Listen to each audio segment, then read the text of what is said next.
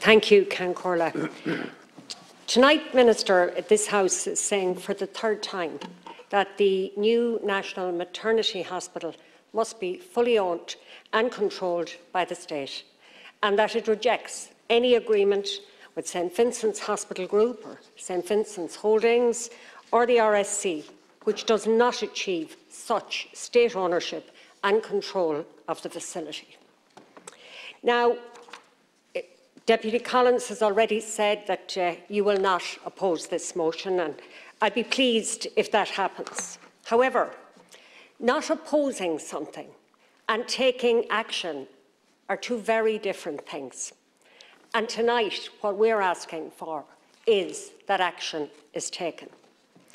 Last June, after the debate in this House, or around that time, I put down a written question to Minister Donnelly to ask him if the proposed National Maternity Hospital would be in public ownership.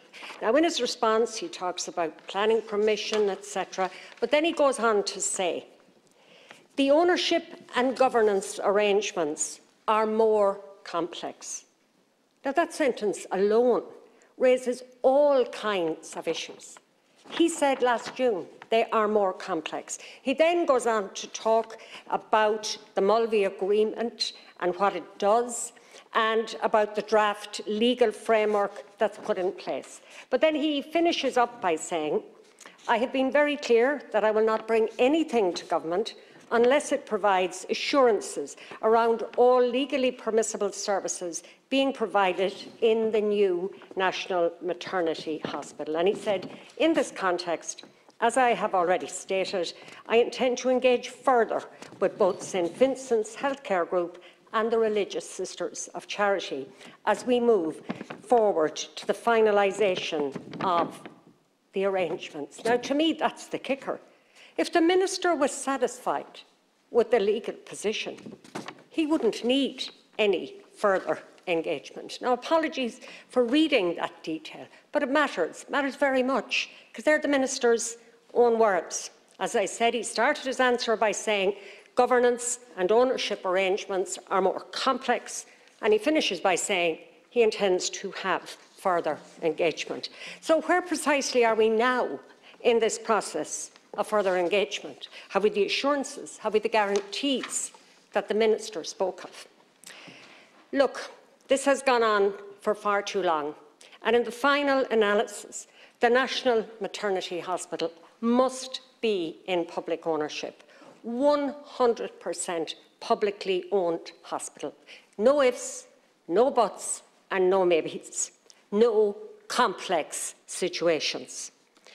This whole debate has nothing to do with any arguments about services. It's simply that the women of Ireland, the people of Ireland, must have full and unequivocal access to all legally permissible services. We shouldn't even be talking about it here. This should be an absolute given. And we're all waiting to see how this will happen. Look, I support this motion. I supported the other two motions. And it's past time that we have dealt with this matter. On June 23rd, this House passed a motion calling for the new maternity hospital to be fully owned and governed by the state. And tonight, Minister, we are again delivering a very simple message. We need a publicly owned, publicly funded and publicly run national maternity hospital. And again, like Deputy Collins said, and while I'm glad to see you here, and I know you are listening carefully to us and fully engaged, the Minister has responsibility, the Minister for Health has responsibility for this. He should be here, because this is the third time we've had to debate this in this House. This should not be happening. We should have the clarity that we need. The Minister shouldn't be hiding behind the complexity of the situation. And I know, Minister, that you will deliver this message loud and clear to the Minister. Thank you. Thank you.